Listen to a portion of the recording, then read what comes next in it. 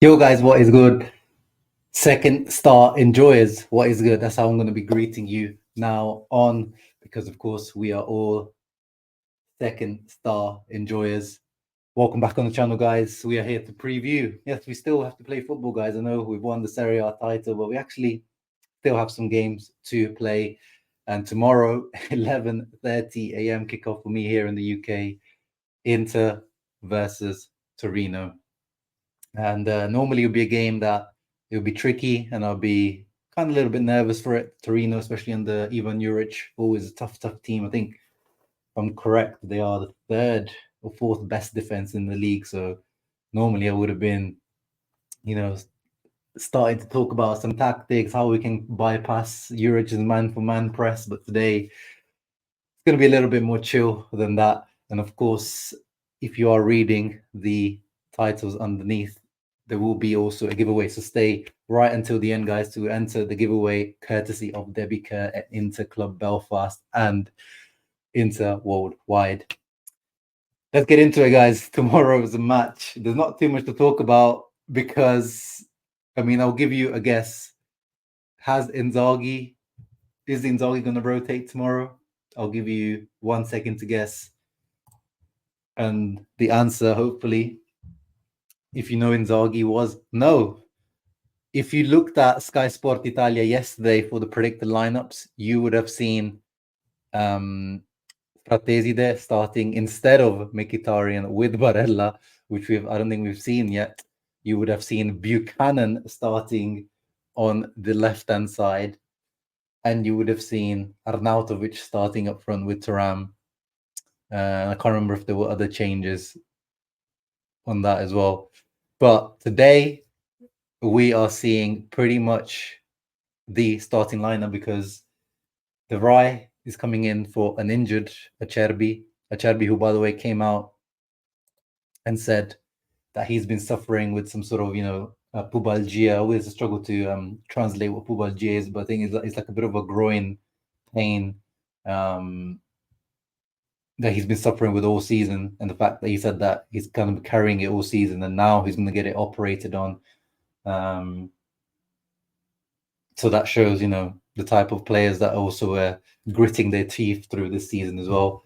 And on the other side, Carlos Augusto's coming in because Di Marco. I mean, here I don't know about pick up a knock. I think some of these boys might just be a bit hungover. We've seen some of the celebrations. The way I started the video, Dumfries doesn't even know the words to the songs, and he's chanting. He's there, LeBron James style, where he's singing the lyrics, but the lyrics are completely, he's singing in Dutch and the lyrics are in Italian. And Di Marco was also there for those parties. Hakan was there for these like late night celebrations. And yeah, I mean, here the report on Sempre Inter via FC Inter News says that he's picked up a light calf sprain, so he did not train, and Inzaghi's not going to risk him. So it's going to be Carlos Augusto starting instead of him. But elsewhere, no rotation. Darmian continuing ahead of Dumfries, and no space for Asllani, no space for Fratesi, which is really disappointing. Really, really disappointing. Because now, to me, we can't get the record anymore. Now we can't reach or beat the Conte Juve record anymore. We can still get past, the 100-point record, but I don't know if it's really worth Inzaghi putting out his best team right until the end. And we also need to start thinking about next season. Like, we need to start integrating Fratesi. Yes, he's been a good super sub, but I've been saying since the start of the season, we're really paying what we paid for him, 35-40 million for a super sub. We need to start integrating him a bit more so he's ready to come in next season and compete with Zielinski, Mkhitaryan, Barella. Asllani has made some growth this season, but again, why not let him have these last 4 or 5 games as the starter of that position? And of course, if you're drawing, like, you can bring in Hakan, Mkhitaryan, who has been overplayed this season. Let the man rest. Bring in some youth players. We gave Akin Sanmiro the debut back a few months ago against Napoli. Lautaro up front. I mean, I agree with Lautaro. Like, Lautaro, we need him to get a few, stat pad a few more goals. He's been dry for like a couple of months now. And yeah, the back, Bistek, I would also like to see given a chance. But yeah, it is what it is. It looks like Inzaghi is going for pretty much the strongest lineup possible. What do you guys think? What do you guys think? Who would you start? Who would you rotate? I definitely want to see Buchanan. Like Buchanan again, not as far as Fratesi, because Fratesi we paid a lot of money, but with Buchanan it was 10, 12 million, pretty cheap. But what did we buy him for? And he's never played on the right. Like, I'm really surprised how Inzaghi is just literally, I don't think he's played even a minute on the right wing back position. Buchanan, because when we signed him, when Maratta was talking about signing Buchanan, he was talking about the replacement of Cuadrado in the squad. And then back then, Darmian was also playing a little bit more right centre back. Again, we got to start thinking of next season. I'm not criticizing Inzaghi, but this is just my thinking that, you can start laying the foundations instead of like waiting for the preseason next year. This is like a preseason for guys like Buchanan, Fratesi, some of the youth players, Bisek. But it is what it is. If you want to have a quick look, I mean, I'm not gonna do any tactical analysis of this. On the other side, if we got a quick look, Torino, solid team. Where are they actually quickly in Serie A? They probably bang nicely mid-table, 9th to 10th. I'm imagining 10th, bang on mid-table, as they usually are with Juric. But look at that, only 29 goals conceded, but at the same time, only 31 goals scored. Not even one goal per game. Tells you what type of team they are. Very hard, gritty. Not defend deep. They don't defend deep, but they defend man for man, high pressing. But it just stifles the match completely. And Juric probably deserves a bigger job. And I'm kind of surprised. I'm not saying he should be getting it, but I'm surprised he's not linked with the Milan job. And I've always had a little bit of an eye for him, in case Inzaghi ever leaves. I don't think he's ready for a club like Inter or Milan, but there's potential there. But yeah, let's have a quick look again. Torino's formation. One guy I wanted to talk about, of course, is Raul Bellanova. We had him on loan last year. Interista through and through. He had a quick interview released in the media here, translated. Always been an Interista. Those 20 minutes of Champions League final will always stick with me forever. Bellanova admitted he's always been an Interista. Everyone in my family was Interista. I was too, even though he came up through the Milan youth ranks. I feel like I'm getting vindication after many sacrifices, because he's having a good season. He might even make the Italy squad for the Euros, to be honest, the way he's playing. And yeah, he talks about those Champions League final. He did play. It almost seems like a dream, but I don't even remember what he did in that Champions League final, but he did play 20 minutes at the end of that. And now I'm working, so I can go back on that kind of stage. He was, not a regret for me, but I think we should have signed, instead of signing Cuadrado, we should have signed. It was only like a 7-8 million redemption fee for Bellanova. Not that he showed a lot last season, but again, wages, like if you're squad cost wise, his wages plus the amortized cost of like 6-7 million redemption over 4 or 5 years, that was probably same price or even cheaper than Cuadrado, to be honest. But it is what it is. Guys like Bisek, when they come in, they take the chance and they do it well. Some guys like Bellanova struggle a little bit more. But yeah, good team overall. Aside from Bellanova, we got to, of course, watch out for Duvan Zapata, their top scorer. Sanabria is always good. Yeah, decent team. Other quick news to cover. Barella looks like he's getting closer and closer to a deal extension, which is good to see. I mean, we read about these things a lot, and I only really like to comment when there's, we've seen with Lautaro how many times they say it keeps getting closer and closer. But according to the report here, who's playing this report?